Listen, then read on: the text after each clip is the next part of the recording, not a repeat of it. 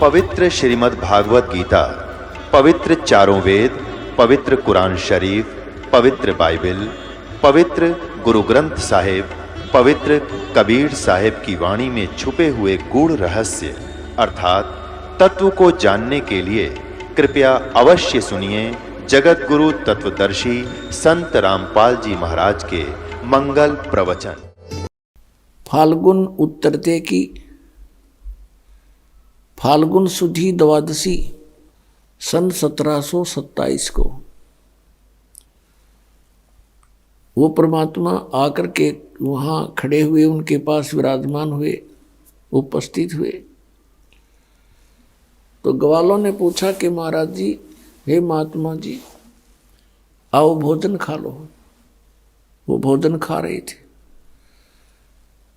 परमात्मा ने कहा भी भोजन तो मैं खा के आया हूं।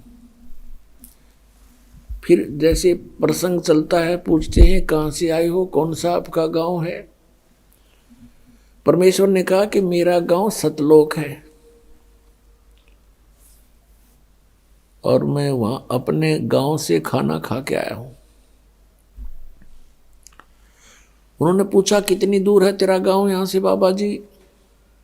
परमेश्वर ने कहा कि मेरा गांव 16 शंख कोस की दूरी पर है। ग्वालों ने सुना 16 कोस, एक कोस लगभग 1.25 किलोमीटर का होता है। इस बात पर उन्होंने विशेष ध्यान नहीं दिया। कहा कि ठीक है महाराज जी, खाना नहीं खाते तो दूध पी लो, क्योंकि गौवें बहुत शरीफ होती थी, जब चाहे उसका दूध निकाल लिया करते थे पाली। कुछ एक ऐसी गौवें भी होती थी। परमात्मा ने कहा भी दूध अगर पिलाना चाहते हो तो कंवारी गाय का दूध पीता हूं मैं। वो ग्वाले कहने लगे महाराज जी, आप तो हमारे साथ मजाक करते हो, आपकी दूध पीने की नीयत नहीं है। कंवारी गाय कभी दूध देती है? तो परमात्मा ने कहा यदि तुमने पिलाना है तो पिलाओ, नहीं तो हम चलते हैं। उसमें अतिथि और साधु संतों की सेवा बहुत किया करते हैं। अगर साधु संत बगैर कुछ खाए पिए द्वार से चला जाता, अपमान मानते थे। उसमें गरीबदास जी 10 वर्ष के बच्चे खड़े हुए और अपनी एक प्रिय बच्ची थी, गाय की बछिया, कंवारी गाय, उसका गले में बंधा हुआ रस्सा पकड़ कर लाए और कहा देखो महाराज जी, ये कंवारी बछिया है, गाय है, इसके बच्चा भी नहीं हुआ है, ये दूध कैसे देगी भगवान।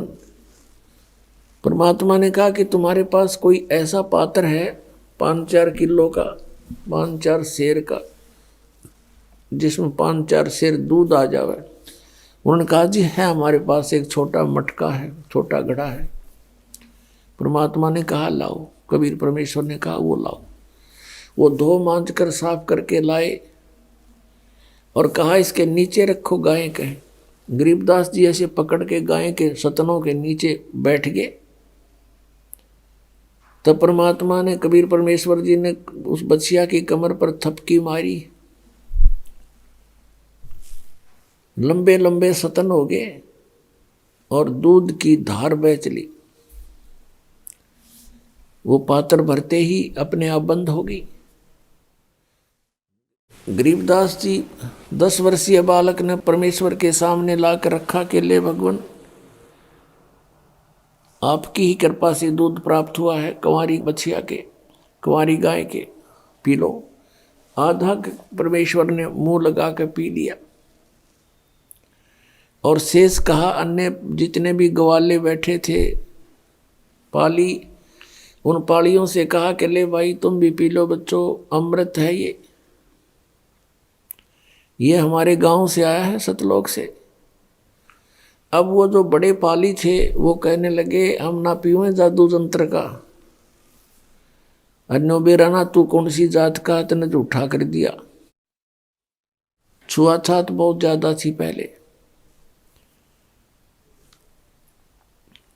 गरीबदास साहिब जी ने कहा कि लो महाराज जी मुझे दे दो आपका बचा खुचा, और शेष बचा हुआ जितना पीना था उन्होंने पी लिया। सभी ग्वाले वहां से उठकर चले गए, दूर दूसरे वृक्षों के नीचे बैठ गए।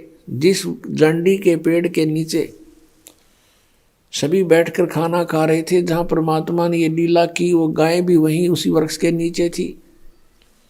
वो सब वहां से उठकर दूर चले गए कि ये पता नहीं कैसा जादूगर है, और हमने पिए इसके जूठे दूध को। दूर दूर जाके बैठ गए। अकेले गरीबदास जी वहां पर रह गई। परमात्मा ने उस बच्चे को समझाना प्रारंभ किया कि बेटा तू बहुत अच्छी आत्मा है और भक्ति किया कर। तब गरीबदास जी ने कहा कि महाराज हम तो भक्ति बहुत करते हैं। किसकी भक्ति करते हो? कि हमारे यहाँ पड़ोस गांव में शिव का मंदिर है, शिव जी पूजते हैं, और भी कई बताई जैसा भी छठे महीने वर्ष में जो पूजाएं हम करते रहते हैं। तब परमात्मा कबीर देव जी ने उनको सब कहानी सुनाई, बताया कि बेटा जो साधना तुम कर रहे हो ये मोक्षदायक नहीं है। कोटि जन्म तो भर मत होगे, कुछ ना हाथ लगा रे। कुकर सुकर खरबया बोरे, कौआ हंस बुगारे। कोटि जन्म तू राजा की न्या, मिटी न मन की आशा। और भिक्षुकों के दर दर घूमया, ये मिला ना निर्गुण रासा। इंद्र कुबेर ईश की पदवी, ब्रह्मा वरुण धर्मराया। और विष्णुनाथ के पुर को जाके तू फिर भी वापस आया। असंग जन्म तन मरत्या होगे, जीवित क्यों ना मरे रे। द्वादश मद महल मठ बोरे, बोर ना दे धरे रे। दोजक बहिष्ठ सभी ते देखे, राजपाट के रसिया। तीन लोग से तरपत नाही, ये मन भोगी खसिया। सतगुरु मिले तो इच्छा मेटे, पद मिल पदे समाना। चल हंसा उस लोक पठाऊं, जो आदि अमर अस्थाना। चार मुक्ति जा चंपी करती, माया होरी दासी। दास गरीब अभय पद पर से, वो मिले राम अविनाशी। अब ये ज्ञान परमात्मा ने गरीबदास जी के अंतःकरण में फीड किया था, जो फिर गरीबदास जी ने आगे आके परमात्मा का दिया हुआ ज्ञान लिपिबद्ध करवाया। इसमें परमात्मा ने समझाया कि बेटा जो साधनाएं, जिन भगवानों को तुम परमात्मा माने हुए हो, इनकी भक्ति करने से मोक्ष नहीं होता, जन्म और मृत्यु का रोग समाप्त नहीं होता। कठिन कठिन साधनाएं करके साधक बड़ी बड़ी यानी देव पद को प्राप्त कर लेते हैं, और फिर अपना पुण्य अक्षीण होने पर फिर दोबारा जन्म और मृत्यु में आ जाते हैं। परमात्मा बताते हैं, मन तू चल रे सुख के सागर, जहां शब्द सिंधु रत्नागर। अब सुख सागर किसे कहते हैं? शंखों लहर मेहर की उपज, कहर नहीं जा कोई। दास गरीब अचल अविनाशी, सुख का सागर सोई। शंखों लहर मेहर की उपजे, और कहर नहीं जहां कोई। जैसे कभी कभी एकांत स्थान पर बैठे हो, परमात्मा की याद आ रही हो, उस समय अचानक शरीर के अंदर एक ऐसी हिलोर उठती है, कोई भी बुरा नजर नहीं आता, एकदम शांत स्वभाव हो जाता है। शत्रु के प्रति भी शत्रुता नहीं आती, किसी ने कितना ही दुख दे रखा उसके प्रति भी कोई ग्लानि नहीं रहती। वो लहर थोड़ी सी देर की होती है, उसके चले जाने के बाद कितनी कोशिश कर ले वो भाव नहीं बनता प्राणी का। और उसके बाद फिर वही वो ऐसे है, वो ऐसे है, ऐसे करना है, कोई टेंशन की याद आ जाती है, बहुत सी ऐसी समस्याएं फिर घेर लेती है। तो परमात्मा याद दिलाते हैं कि उस सतलोक के अंदर ऐसी हिलोर शंखों वहाँ इतना सुख रहता है सदा। शंखों लहर मेहर की उपजें, और कहर नहीं जा कोई। दास गरीब अचल अविनाशी, सुख का सागर सोई। अचल अमर, जैसे जिसको शाश्वत स्थान कहते हैं, वो सतलोक है, सनातन परम धाम, कभी नाश न होने वाला अमर लोक। और वहाँ अमर पुरुष, सत्य पुरुष, वो परमात्मा है। तो कबीर परमेश्वर जी समझा रहे हैं कि कोटि जन्म तो बरमत हो गए, कुछ ना हाथ लग्या रे। पुण्यात्माओं, जैसे आदरणीय नानक साहिब जी जो सिख धर्म के प्रवर्तक हैं, ये आत्मा सतयुग के अंदर वो अम्बरीश राजा थे।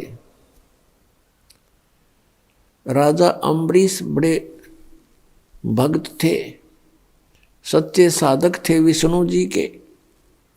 और दुर्वासा जी एक बहुत बड़े सिद्ध पुरुष थे। दुर्वासा के सामने सब कांपा करते थे।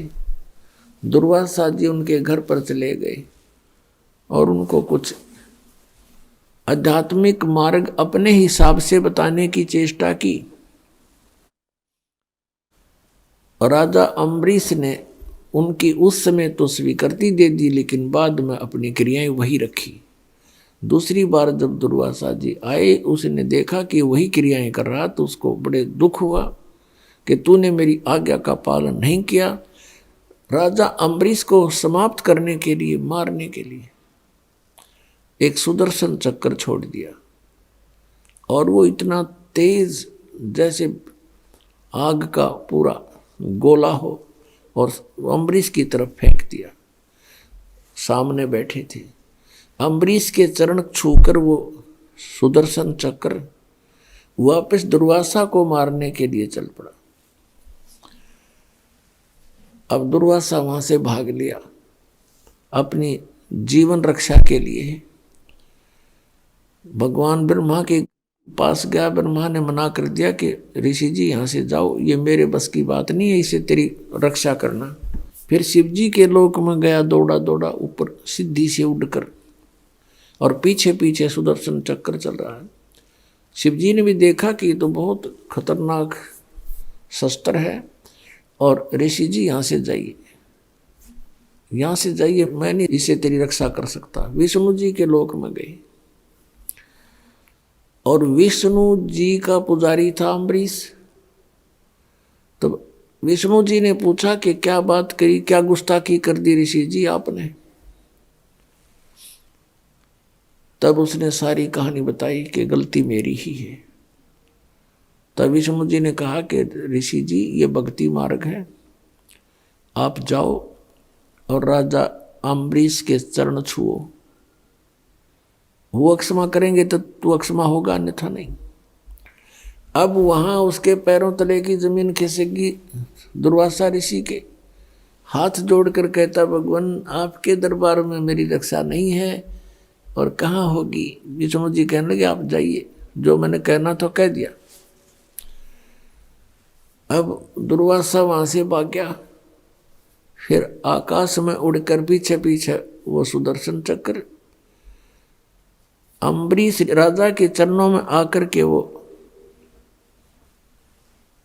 दुर्वासा गिर गया और कहा, मेरी रक्षा करो, मुझे बचा दो।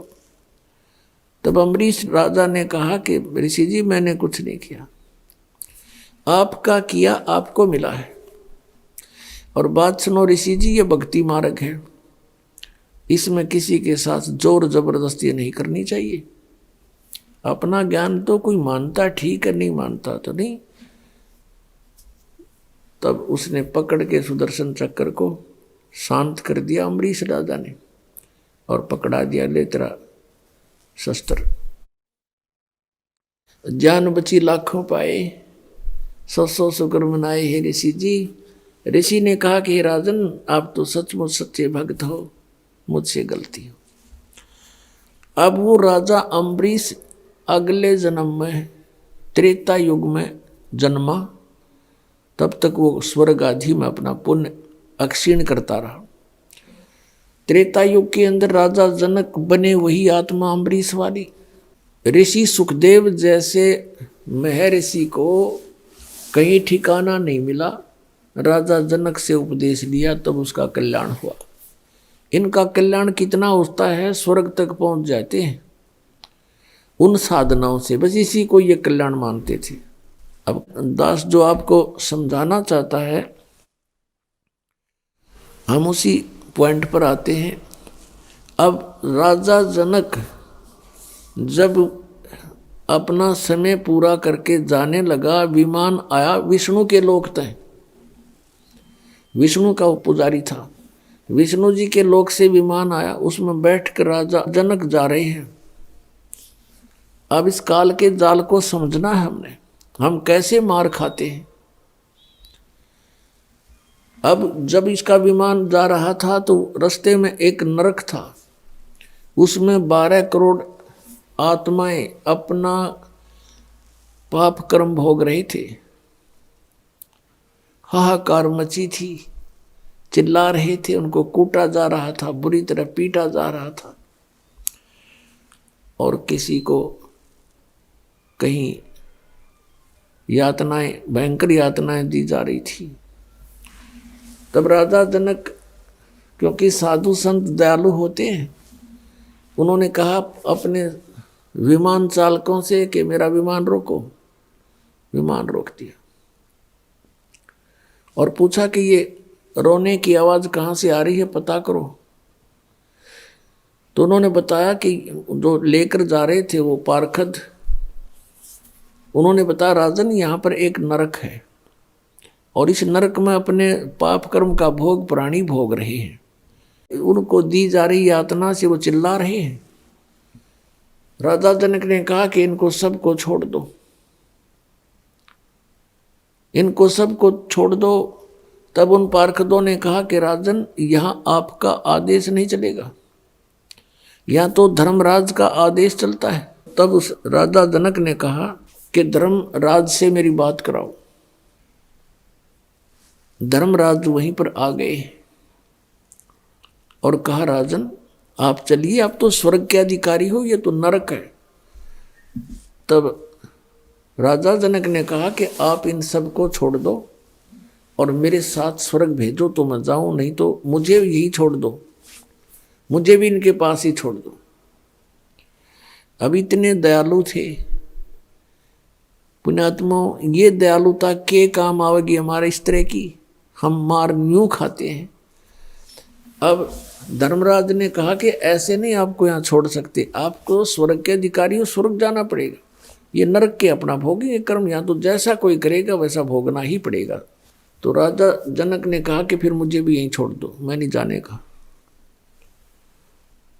फिर धर्मराज ने एक विकल्प निकाला कि ऐसा करो, आप अपने कुछ पुण्य दे दो इनको,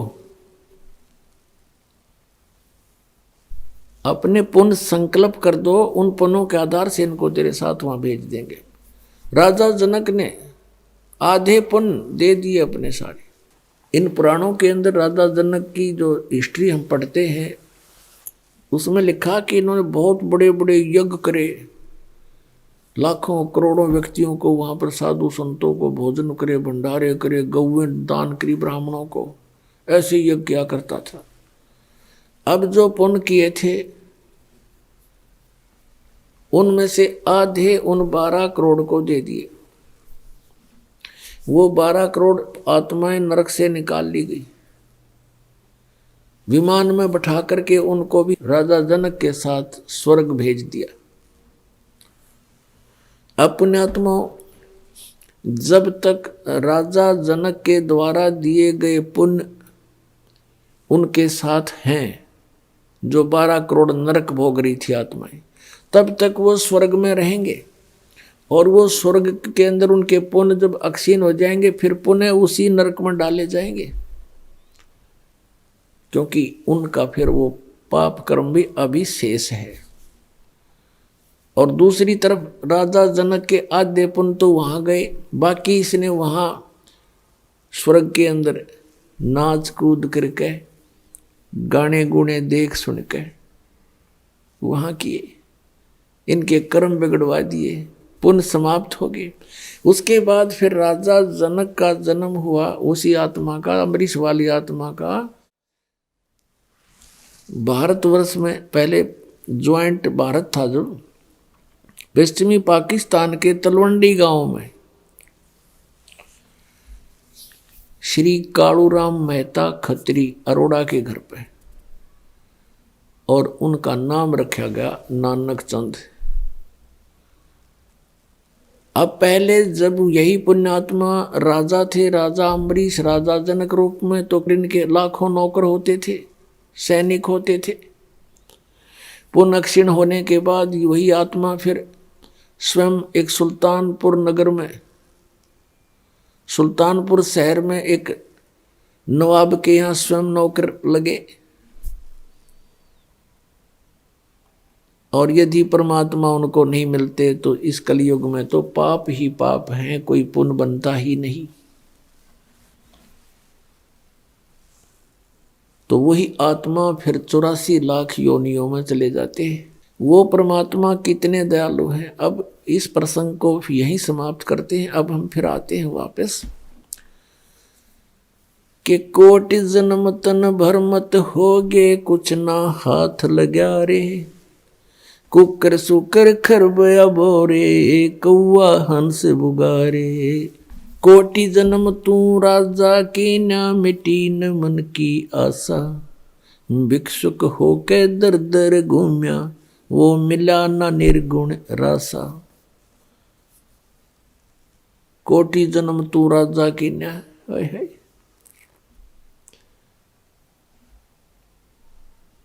और मिटी न मन की आशा।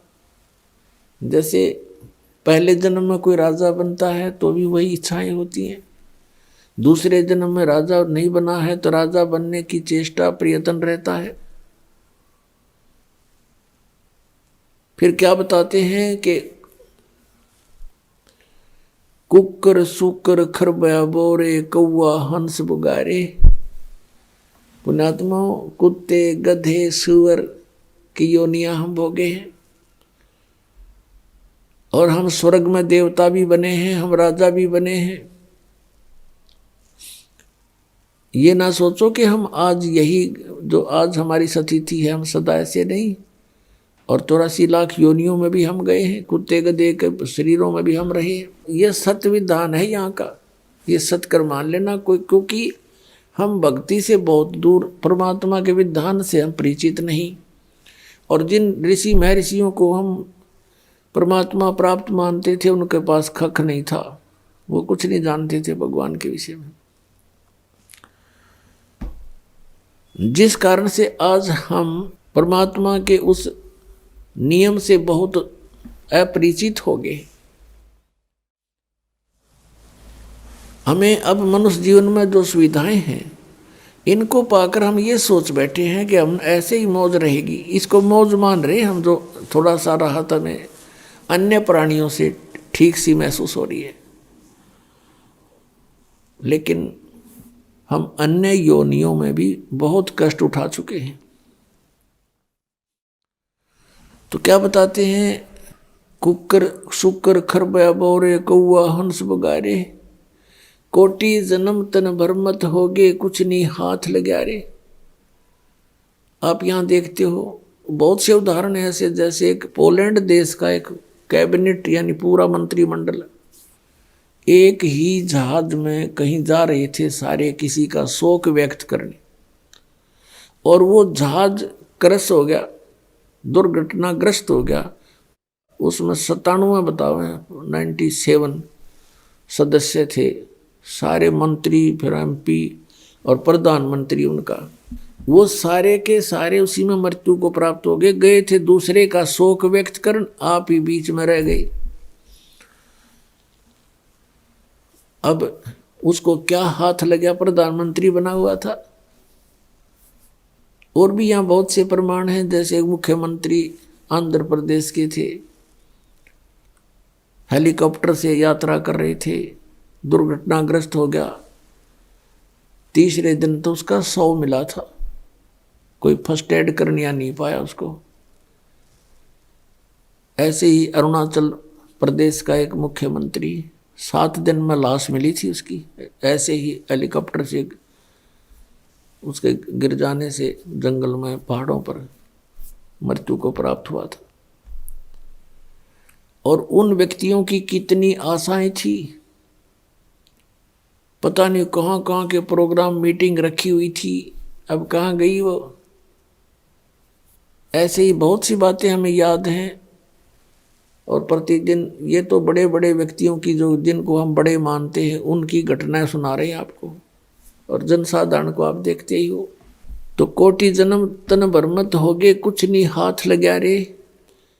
मुख्यमंत्री था, प्रधानमंत्री था, अब मृत्यु का प्राप्त हुआ, भक्ति करी नहीं, कुत्ता बनकर घूम रहा है सैर सपट्टे करता हुआ, या कहीं प्रेत बनकर भटक रहा है, उसको क्या मिला उस प्रधानमंत्री के पद से।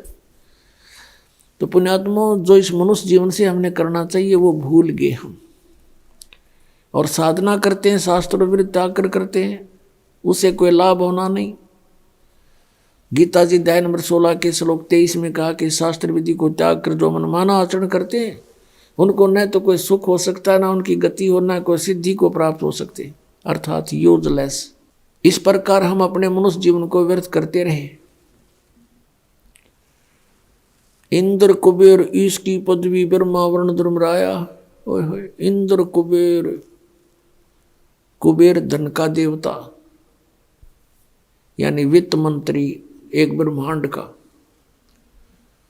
और इंद्र स्वर्ग का राजा। ईश ब्रह्मा विष्णु महेश की पदवी भी आप जी ने बहुत बार प्राप्त की है। बताओ, अब ये बातें हमें किसी ने ज्ञान कराया नहीं, हम इन्हीं घिसी पिटी उस अज्ञान लोक वेद के आधार से अध्यात्म ज्ञान सुना करते थे। अब हमें पता चला कि हम कितने युगों से कष्ट उठा रहे हैं। तो पुण्यात्माओं, इस प्रकार का ज्ञान आदरणीय गरीबदास साहिब जी को परम पूज्य कबीर परमेश्वर जी ने बताया, जो जिंदा महात्मा के रूप में वहां प्रकट थे। अब छोटा सा 10 वर्ष का बालक बहुत प्रेरित हो जाता है, बहुत कुछ समझने योग्य होता है। एकदम हृदय में ऐसी प्रेरणा बन गई, चरणों में गिर गया और कहने लगा, परमात्मा, क्या इन ब्रह्मा विष्णु महेश से भी ऊपर कोई और प्रभु है? तब परमात्मा ने कहा, बेटा, ये तो एक ब्रह्मांड के अंदर समझ लो एक विभागीय मंत्री है। रजगुण विभाग के ब्रह्मा जी, सतगुण विभाग के विष्णु जी, और तमगुण विभाग के शिव जी। इनके पिता हैं ज्योति निरंजन काल, जिसे सरपुरुष कहते हैं। गीता जी अध्याय नंबर 15 के श्लोक नंबर 16 और 17 में 3 पुरुष बताए हैं, एक सरपुरुष, एक अक्षर पुरुष। सरपुरुष तो ये ब्रह्म है, 21 ब्रह्मांड का स्वामी, जिसको काल भगवान कहते हैं, और अक्षर पुरुष 7 शंख ब्रह्मांड का स्वामी, जिसको परब्रह्म भी कहते हैं। ये दोनों प्रभु, पुरुष माने प्रभु, और इनके अंतर्गत जितने प्राणी हैं ये सब नाशवान हैं। जीव आत्मा किसी की नहीं मरती, वो तो कुत्ते के देखी भी नहीं मरती। 15वें अध्याय के 17वें श्लोक में फिर कहा है कि उत्तम पुरुष तू अन्य परमात्मा इति उदाहरते। उत्तम पुरुष यानी श्रेष्ठ परमात्मा तो इन ऊपर वर्णित 16वें श्लोक में कहे दोनों पुरुषों से, सरपुरुष और अक्षर पुरुष से भी कोई और है, अन्य है, और वही परमात्मा कहता है, और वही तीनों लोकों में प्रवेश करके सबका धारण पोषण करता है। वो उल्टे लटके संसार रूपी वृक्ष की मूल है, जड़ है। तो इस प्रकार गरीबदास साहिब जी को परम पूज्य परमेश्वर कबीर जी ने सर्व ब्रह्मांडों की रचना का ज्ञान कराया। बच्चा बड़ा ध्यान से सुन रहा है, और फिर प्रेरणा हुई कि हे परमात्मा, आप तो समर्थ हैं। जब आप एक कंवारी गाय का दूध निकाल सकते हो मालिक, आप सब कुछ कर सकते हो। छोटे से बालक का हुआ, बहुत बड़ी बात खटक गई उसका, और कहा, परमात्मा, मुझे अपना गांव दिखा दो, आप कहाँ से आए हो, मुझे भी ले चलो एक बार आपके गांव में। और गरीबदास साहिब जी ने पूछा कि हे प्रभु, ये इतना स्वादिष्ट दूध मैंने कभी नहीं पिया, दूध डेली पीता हूँ मैं, लेकिन जो दूध आज इस कंवारी गाय से मुझे प्राप्त हुआ आपकी कृपा से, ऐसा स्वादिष्ट दूध मुझे कहीं नहीं मिला। तब परमात्मा ने कहा, बेटा ये यहाँ के लोगों का दूध नहीं, ये मेरे गांव से दूध आया था, सतलोक से। हे परमात्मा, जब वहां का यहाँ कैसे पहुंचा, ये मेरी शक्ति का काम है। तब कहा, मुझे भी एक बार आप ले चलो वहां पर। तब परमेश्वर ने उस आत्मा को साथ लिया, ब्रह्मा विष्णु महेश का स्थान दिखाया, उनकी सतीथि से परिचित कराया। यहाँ के न्यायाधीश जो सबका लेखा जोखा करता है, सबको दंड देना है या कोई स्वर्ग प्राप्ति करवानी है, जहाँ सबका अकाउंट होता है, वहाँ पहुँच गए गरीबदास जी को लेकर के। जो ही परमात्मा कबीर देव जी जिंदा महात्मा के रूप में, जिंदा संत कैसे होते, मुसलमानों के अंदर होते हैं, एक ओवरकोट सा पहनते हैं, एक काला सा ओवरकोट पहनते हैं घुटनों से नीचे तक का, और एक कच्छा पहनते हैं घुटनों से ऊपर तक का, और एक काला सा टोप ऐसे लंबे से ढंग से बना करके चद्दर का। वो ऐसी वेशभूषा वाले को जिंदा महात्मा कहते हैं। और परमात्मा जब भी जिस आत्मा को मिले, इसी वेश में मिले हैं। जब वहां पहुंचे तो परमात्मा धर्मराज के दरबार में, यहाँ के चीफ जस्टिस के दरबार में पहुंचे, 21 ब्रह्मांड के। और जाते ही धर्मराज ने कुर्सी त्याग दी, अपना आसन छोड़ दिया, और उसको परमात्मा का और ही रूप दिखाई दे रहा था। और एकदम खड़े हो गए और कहा, आओ महाराज बैठो। तब परमात्मा ने खड़े खड़े, जैसे उच्च अधिकारी छोटे कर्मचारी अधिकारी के ऊपर को आदेश देता है, उस समय वो उसको डांट के तरीके से भी बोलता है। ऐसे परमात्मा उस धर्मराज को कह रहे हैं। गरीबदास साहब ने फिर बाद में बताया कि धर्मराय दरबार में देई कबीर तलाक, मेरे भूले चूके हंस को तू पकड़िए मत कजाक। कजाक जैसे डांट मारते हैं। तो इस प्रकार धर्मराज कर जोड़कर खड़ा हो गया। बोले पुरुष कबीर से, धर्मराज कर जोड़, आपके जीव न पकड़ो ने मन 2 ही लाख करोड़। अब इस तरह अपनी समर्थता से परिचित कराया कि मैं क्या हूं। फिर वहां से निकल कर वहां पहुंचे परमात्मा, जहां ये काल बैठा था 21वें ब्रह्मांड के अंदर, और जहां से सतलोक जाने का एक रास्ता है, वहां ये चौकस रहता है कोई प्राणी इधर से निकल ना जावे। और जो ही परमात्मा वहां पहुंचे और परमेश्वर ने गरीबदास जी से कहा कि बेटा देखना, ये है वो काल भगवान, वो बैठा काल, और ये कभी किसी के सामने नहीं आता, इसने प्रतिज्ञा कर रखी है। गीता जी अध्याय नंबर 7 के श्लोक 24-25 में ये कहता है, अर्जुन श्री कृष्ण में प्रवेश करके बोल रहा है कि अर्जुन, मेरा ये वास्तविक रूप है, विराट रूप। जैसे 11वें अध्याय के 47, 48, 32 और 21 में अर्जुन भी उसको आंखों देख करके विवेचन करता है, बता रहा है, और वो खुद भी कहता मैं काल हूं और अब प्रगट हुआ हूं, और ये है असली रूप मेरा, जिसको देखकर अर्जुन जैसे योद्धा भी कांप रहे थे। तो ये 7वें अध्याय के 24-25 में कहता है कि अर्जुन, मैं अपनी योग माया से छुपा रहता हूं, मैं कभी किसी के समक्ष नहीं होता अपने इस ओरिजिनल रूप में, जो मेरा काल रूप है। तो वहां वो अपने काल रूप में बैठा था। परमात्मा को देखकर वो एकदम चौकस हुआ कि कौन आ गया इधर। तब परमेश्वर ने कहा, देखना बेटा, ये किसी को नहीं जाने देता इधर से, चाहे ब्रह्मा हो, चाहे विष्णु, चाहे शिव, यहां नहीं आ सकता, किसी की हिम्मत नहीं। और मैं ईब सतनाम का जाप करूंगा, एक सतनाम मंत्र है 2 अक्षर का, उसका जाप करूंगा, और देखना ये कैसे हो जाएगा। अब परमात्मा ने लीला करनी थी।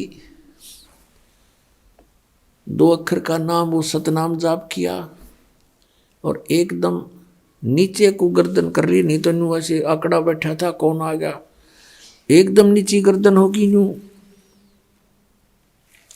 विवश हो गया उस मंत्र के जाप के सामने। और कबीर साहब ने उसके सिर पे पैर रखा और कहा आजा बेटा चल ऊपर को।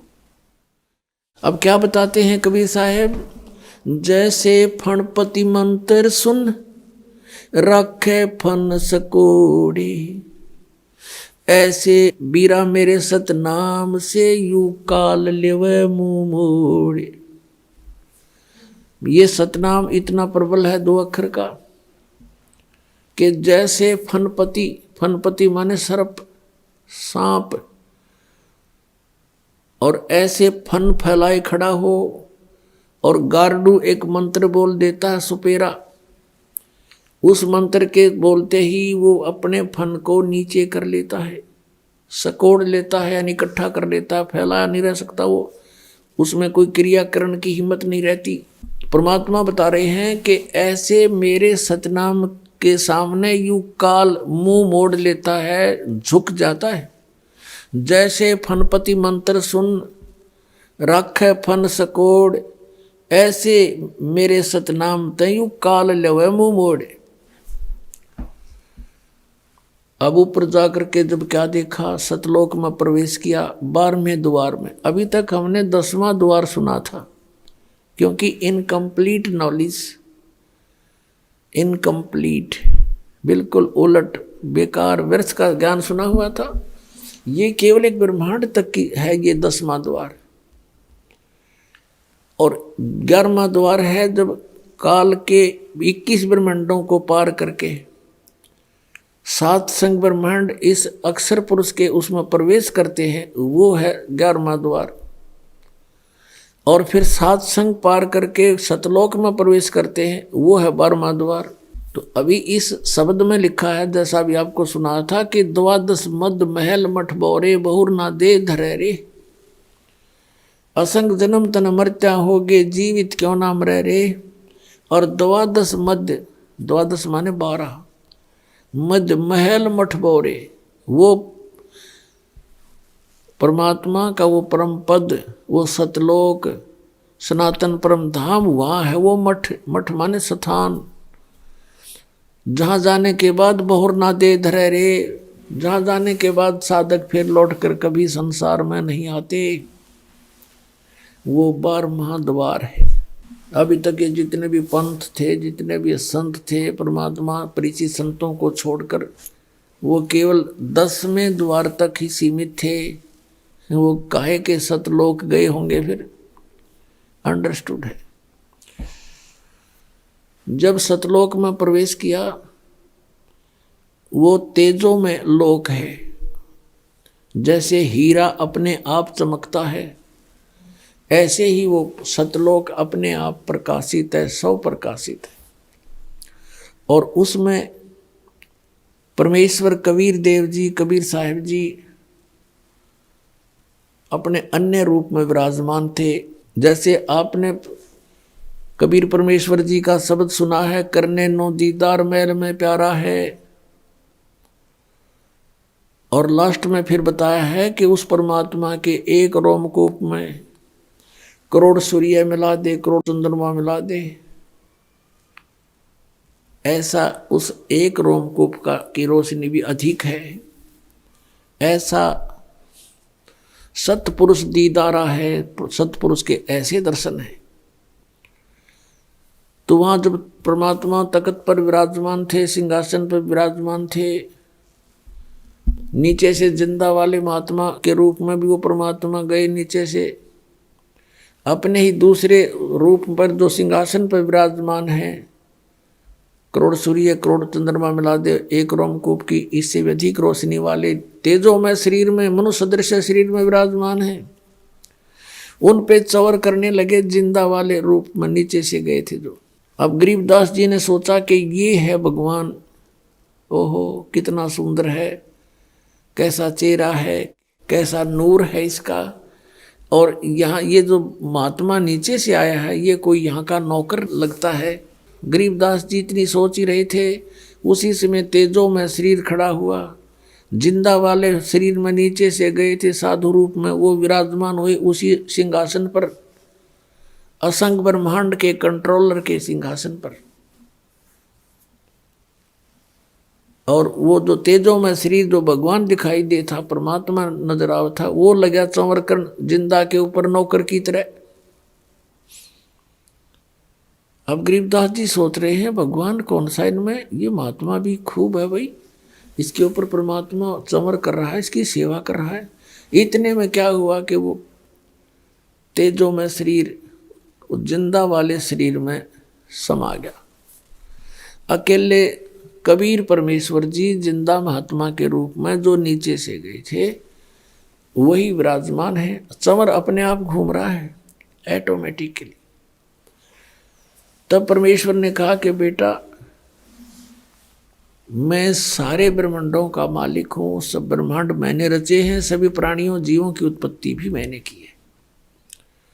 फिर सारी कहानी बताई कि यहाँ से वो जो वहाँ दुख पा रहे हैं काल के लोक में, वो कैसे वहाँ गए।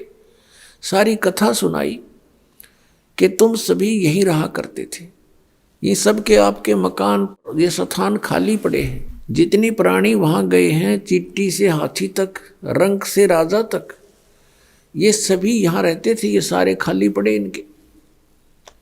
इनमें मस्ती लगी, सुख था घना।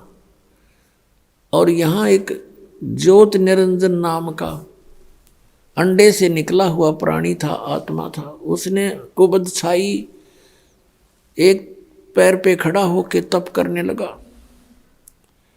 उसके ऊपर ये सब आसक्त हो गए, उसकी उस ड्रामाबाजी को देखकर, उसकी एक्टिंग को देखकर, जो आजकल के लोक में कष्ट पा रहे हैं। मैंने बहुत बार उनसे कहा कि तुम मस्त रहो बच्चों, इसकी क्रिया को मत देखो। ऊपर से तो वो सावधान हो जाते थे, अंदर से कसक घनी बन गई, उस पर आसक्त हो गए, हृदय से चाहने लगे। जब उसने कहा कि मुझे जीव दे दो, तो मैंने उनसे पूछा था क्या तुम जाना चाहते हो, सभी ने स्वीकृति दे दी थी, इसलिए उसके साथ भेजने पड़ गए मुझे। और देखो बेटा यहाँ कितना सुख है और वहाँ क्या हो रहा है, कभी फ्लड आ जाता है, कभी अकाल गिर जाता है, किसी की रोग से मृत्यु, कभी महामारी फैल जाती है, कहीं जल उपलब्ध नहीं है तो कहीं फ्लड ही फ्लड है। ऐसे स्थान पर चले गए इस सर्व सुखदायी प्लेस को छोड़कर, स्थान को छोड़कर।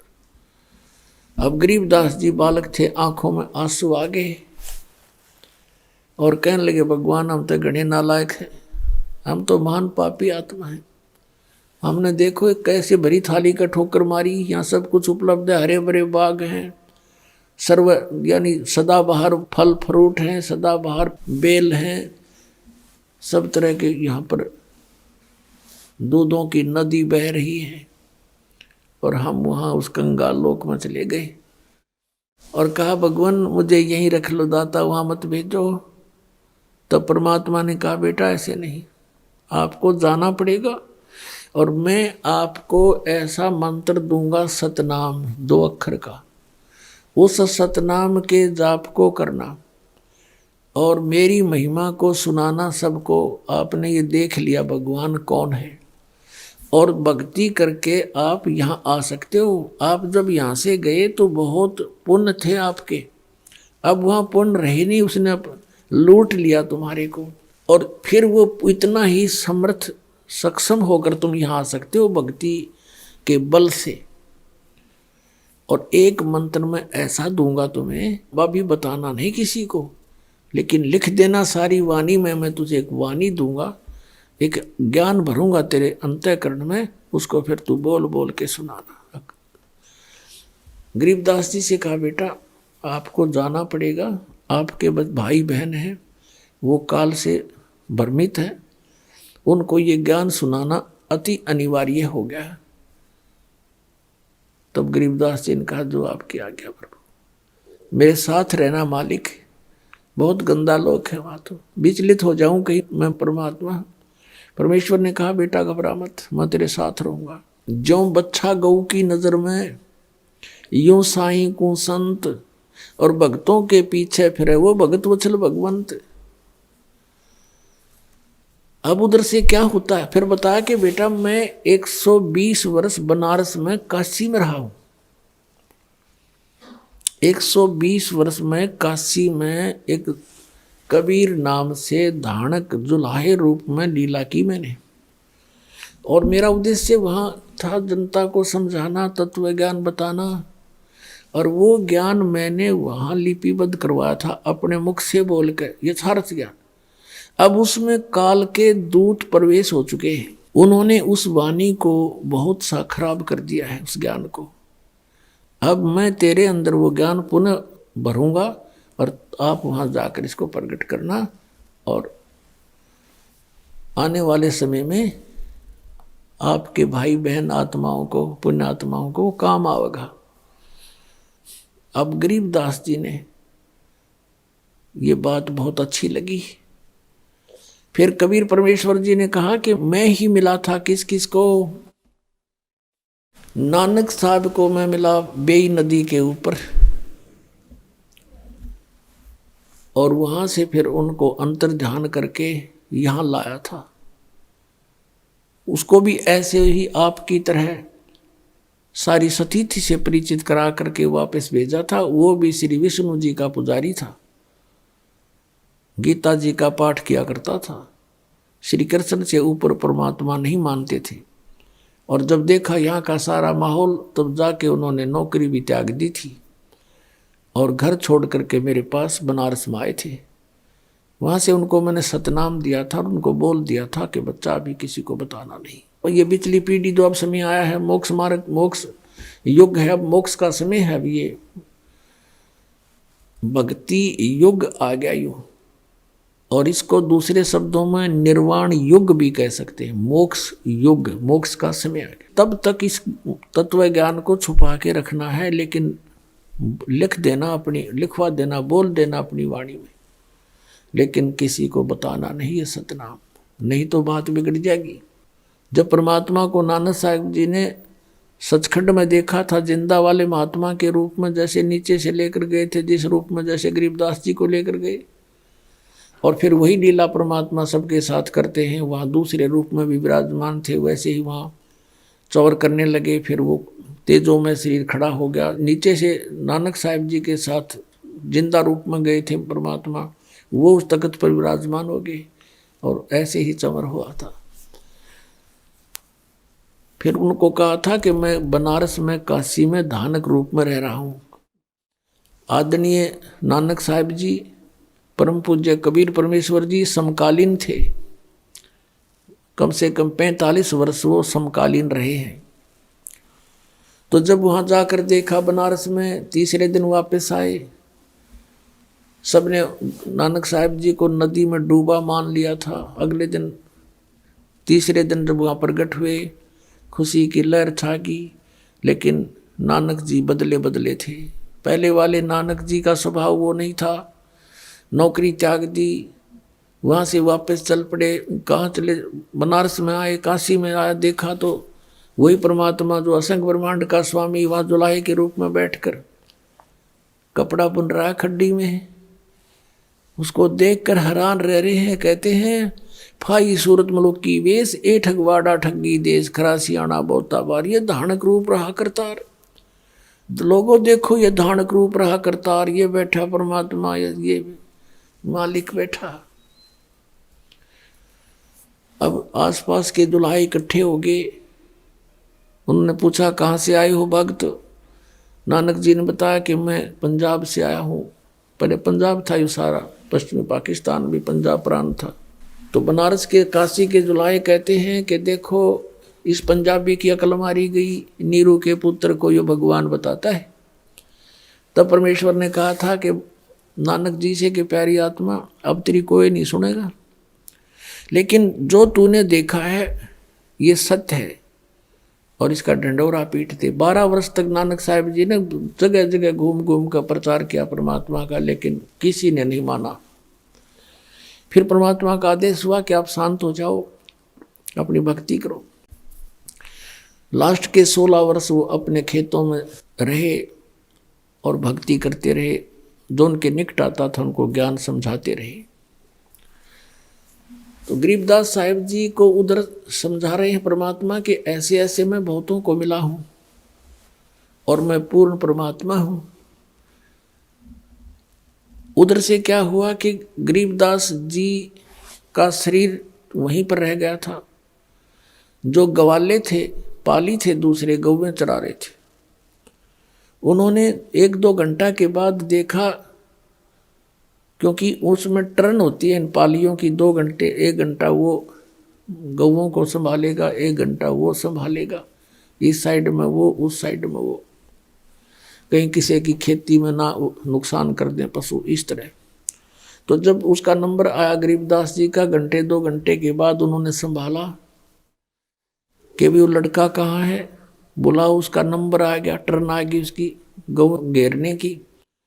वहां जाकर एक ने कहा, गरीबदास जी को गरीबू कहा करते थे, गांव में ऐसे ही बोलते हैं।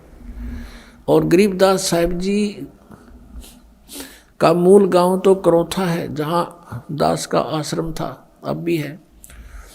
वहाँ मूल गांव तो वो था, लेकिन वहाँ उनके नानके थे। गरीबदास साहिब जी की माता का कोई भाई नहीं था और उनके पिताजी के ज़मीन बहुत घनी थी। 1400 एकड़ ज़मीन थी। तो गरीबदास जी के पिताजी को वहाँ घर जमाई रख लिया था गरीबदास जी के नाना जी ने। और गरीबदास जी का जन्म भी वहीं हुआ था, छुडानी गांव में। तो वो लड़की का लड़का था वहाँ पर। तो कहने लगे, अरे वो लड़की का लड़का कहाँ लाओ, बुलाकर। आके उन्होंने आवाज़ लगाई, अरे गरीबू आजा, तेरा नंबर आ गया। अब गरीबू तो पहुँच रहा सतलोक में, वो तो यहीं का मटेरियल था, यहीं छोड़ना ही था, वो छोड़ के चले गए। निकट सी जाके आवाज़ लगाई, ऐसे बैठे थे आसान, ऐसे आम व्यक्ति बैठ जाता है। निकट सी जाके आवाज़ लगाई, रे गरीबू खड़ा हो ले। बिल्कुल साथ जाके देखा तो जैसे समाधि लगाए बैठा हो, पकड़ के उस किसी ने हलाया, जो बुलाने गया था, अरे भगत जी खड़ा हो। अब वो ऐसे गिर गए पीछे ने। देखा है तो मर गया, मृत्यु होगी। दूसरे पालियों को बुला, आ जाओ आ जाओ, तो मर गया लड़का। सब भाग कर आए, देखा सचमुच तो मर गया। अरे इसने जंतर मंत्र का दूध पी लिया, मरना तो था ही। बहुत मना किया हमने। अब उधर से गांव की तरफ भागे 2-3 पाली। गांव वहां से लगभग 2 किलोमीटर की दूरी पर था। छोटा सा गांव था। संदेशा मिलते ही सब सन्नाटा छा गया कि वो लड़की का लड़का ऐसे ऐसे मर गया, किसी बाबा जी ने जंतर मंत्र का दूध पिया दिया उसने, कुंवारी गाय का निकाल के।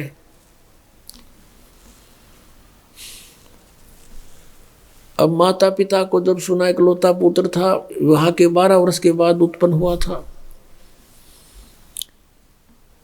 एकदम दोनों बेहोश हो गए। गांव के लोग उधर दौड़ लिए, जाकर देखा सचमुच लड़का मरा पड़ा है। उठा लाए वहां से। उसको उठा, कहने का भाव है कि शमशान घाट पर चिता पर रख दिया, लकड़ी डाल के जलाना शेष था। उसी समय परमेश्वर ने देखा कि ये तो इसके शरीर का नाश कर देंगे, और कहा बेटा जा तू जल्दी कर। उनको सेकंड के अंदर वापस भेज दिया। शरीर में प्रवेश हो गए। प्रवेश होते ही वो एकदम अपने आप जो बंधन बांध रखे थे शव के ऊपर टूट गए। ऐसे हलचल हुई, एकदम उठ गए। उठ के नीचे उतर के खड़े हो गए बच्चे। सब ने खुशी मनाई, लड़का जीवित हो गया, लड़का जीवित हो गया। लेकिन लड़का जीवित तो हो गया, लेकिन वो बोल कुछ और रहा था। पहले वाली वाणी नहीं बोल रहा था, भाषा नहीं थी। वो अमृत ज्ञान जो परमात्मा ने उनके अंतःकरण में फीड किया था, और आंखों देखा, जो उन्होंने सब कुछ देखा था, अब वो बोल रहा था। झूठे सुख को सुख कहे, ये मान रहा मन मोदे। ये सकल चबीना काल का, कुछ मुख में कुछ गोदे। अब सब उससे पूछ रहे हैं, बेटा क्या हो गया था? वो बता ही नहीं रहे कौन था वो बाबा जी तेरे को जंतर मंत्र का दूध पिला दिया। वो कहा करते थे अनंत कोट ब्रह्मांड का एक रति नहीं भारे, सतगुरु पुरुष कबीर हैं ये कुल के सिरजनहारे। वो तो वाणी बोलने लग जाते, उनके प्रश्न का उत्तर वह देते नहीं थे। तो गांव वालों ने सोचा भी लड़का जीवित तो हो गया पर यू मेंटल हो गया, पागल हो गया।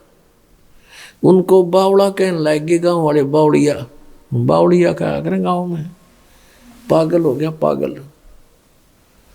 ऐसे 3 वर्ष बीत गए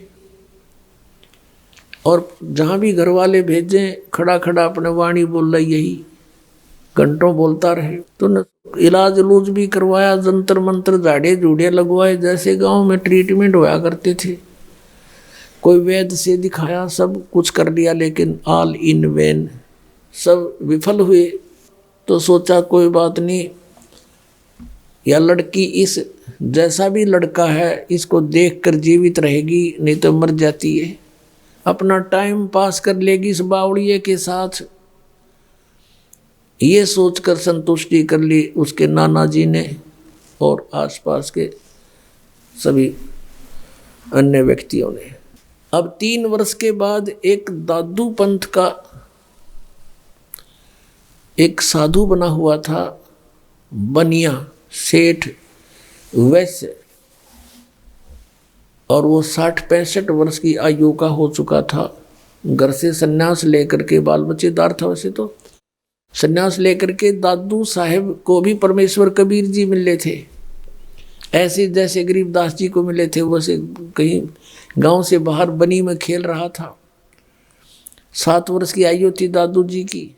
सतलोक से आए परमात्मा ऐसे जिंदा महात्मा के रूप में उनको भी ज्ञान दिया, उनको उनकी आत्मा को भी सचखंड लेकर गए थे। और 3 दिन और 3 रात बेहोश पड़े रहे थे वो दादू साहब जी, 7 वर्षीय बालक। दादू जी साहब के साथ भी यही प्रक्रिया की थी जैसे गरीबदास जी के साथ हुई। सचखंड में सतलोक में देखा कबीर जी उस जिंदा महात्मा को अनंत कोट ब्रह्मांड के सिंहासन पर विराजमान, और परमात्मा ने कहा कि मैं कबीर हूँ, काशी में 120 वर्ष तक रहा था, मैं ही कबीर हूँ। ये डिटेल फिर बताएंगे इन अन्य संतों की। अब हम प्रसंग पर उसी पर आते हैं। अब उस दादू पंथ के अंदर वो दीक्षित था, उसका नाम गोपाल दास था, जो साधु बना हुआ था बनिया लाला जी वैसे, और बड़ा अच्छा नेक व्यक्ति था। एक दिन वो छुड़ानी गांव में अपने किसी भगत के यहाँ रुक गया आके। उस भक्त ने कहा कि महाराज, साधु की विद्या को साधु ही ठीक कर सकते हैं। हमारे एक चौधरी का लड़का, यानी हमारे यहाँ लड़की का लड़का समझो, उसको एक संत ने कंवारी गाय का दूध निकाल के पिला दिया। उस दिन से वो मेंटल हो गया, वो तो मर गया था। परमात्मा ने सुन ली बेटी की, वो लड़का जीवित हो गया, और लेकिन पागल हो गया उस दूध को पी के। उसके दिमाग में फर्क हो गया।